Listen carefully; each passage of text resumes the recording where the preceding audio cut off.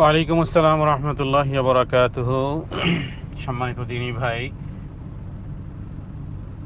নুরুন নবী দুবাই থেকে প্রশ্ন করেছেন যে এক বন্ধু আপনার কাছে জানতে চেয়েছে, তিনি রমজান মাসে প্রবাস থেকে দেশের বাড়িতে যান, তো তার স্ত্রী নিষেধ করেছে।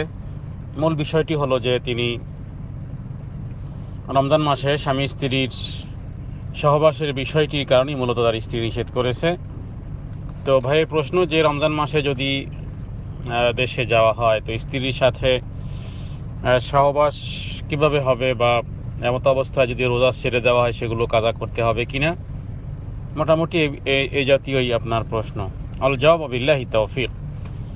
সম্মানিত দিনী ভাই, এটি একটি ভুল ধারণা। আমাদের দেশে অধিকাংশ মানুষই দেখেছি তাদের প্রশ্নের মধ্যে মনে হয়, যেমন আপনার প্রশ্নটি শুনে বুঝে আমার মনে হচ্ছে যে তার মানে আপনার ধারণায় যে রমজান মাসে স্ত্রী সহবাস করা যায় না, এবং অনেকেরই ধারণা যে রমজান মাসে স্ত্রী সহবাস করা উচিত না, করলে কি হবে, রোজা ভেঙে যাবে। অল জবাব বিল্লাহি তৌফিক। জি, রোজারত অবস্থায় স্ত্রী সহবাস করলে রোজা ভেঙে যাবে, এবং এজন্য কাজা এবং কাফফারা দিতে হবে। কাজাও অনেক কঠিন, কাফফারাটাও অনেক কঠিন। সে সময়কালটু কতটুকু? যতক্ষণ পর্যন্ত তিনি সিয়াম থাকেন, মানে সেহরি পর থেকে শুরু করে ইফতারের আগ মুহূর্ত পর্যন্ত, এই যে 12-13 ঘন্টা, এই সময়ের মধ্যে স্ত্রী সহবাস নিষিদ্ধ। বাকি তিনি মাগরিবের পর থেকে শুরু করে সারা রাত তার জন্য পড়ে রয়েছে, এবং ওই সময় স্বামী স্ত্রী তারা মিলিত হবেন। রমজান মাস বলতে রমজান মাস নয়, বরং রমজান মাসের রোজারত অবস্থায় স্ত্রী সহবাস নিষিদ্ধ। এবার দেখুন, রাসূলুল্লাহ সাল্লাল্লাহু আলাইহি ওয়াসাল্লাম তিনি রমজান মাসে স্ত্রী সহবাস করেছেন।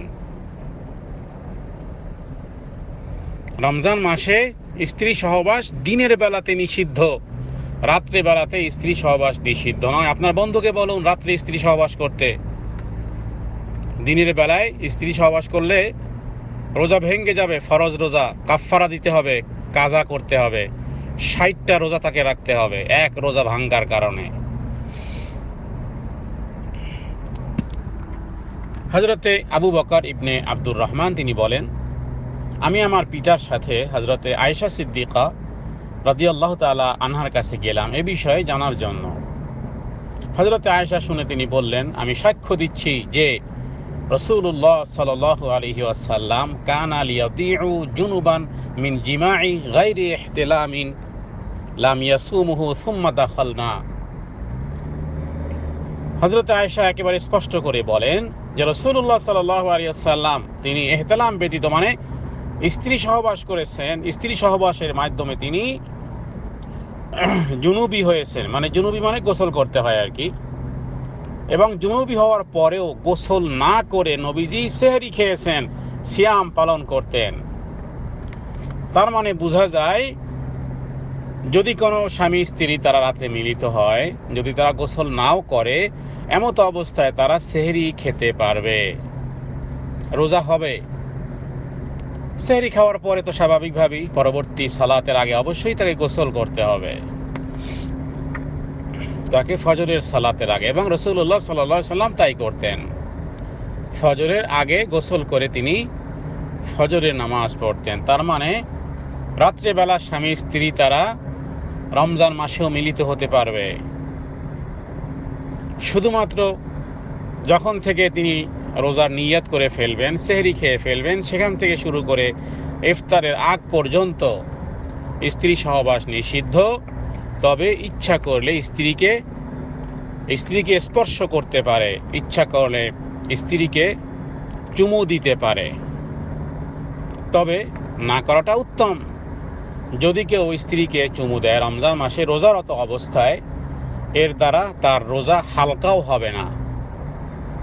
রাসূলুল্লাহ সাল্লাল্লাহু আলাইহি ওয়াসাল্লাম, হযরত আয়েশা থেকে হাদিস বর্ণিত হয়েছে, নবীজি চুমু দিয়েছেন, স্ত্রীদেরকে ভালোবেসেছেন। হযরত আয়েশা বলেন, তবে তিনি ছিলেন আল্লাহকে ভয়কারী সবচেয়ে বেশি, এবং যদি কোনো যুবক তিনি যদি নিজেকে রক্ষা করতে না পারে, তার জন্য ওলামায়ে কেরামগণ বলেছেন তার জন্য স্ত্রীকে চুমু দেওয়া মাকরুহ, কারণ হয়তোবা সে নিজেকে কন্ট্রোল করতে পারবে না। কিন্তু রাসূলুল্লাহ সাল্লাল্লাহু আলাইহি ওয়াসাল্লাম তিনি শুধুমাত্র তার মধ্যেই, শুধু স্ত্রীকে চুমু দেওয়ার ক্ষেত্রেই এতটুকুর মধ্যেই সীমাবদ্ধ ছিলেন, এবং তিনি ছিলেন তার নিজের উপরে অনেক হাউই, মানে নিজেকে নিজে কন্ট্রোল করার ক্ষেত্রে, আল্লাহকে ভয় করার ক্ষেত্রে আসমানের নিচে আর জমিনের উপরে তার থেকে বেশি ভয়কারী কেউ আর ছিল না। যাই হোক, আলোচনা যে বিষয়, আশা করি সে বিষয়ে উত্তর পেয়েছেন। সাল্লাল্লাহু আলা সাইয়্যিদিনা মুহাম্মাদিন নবিয়্যিল উম্মি ওয়া আলিহি ওয়াসাল্লাম।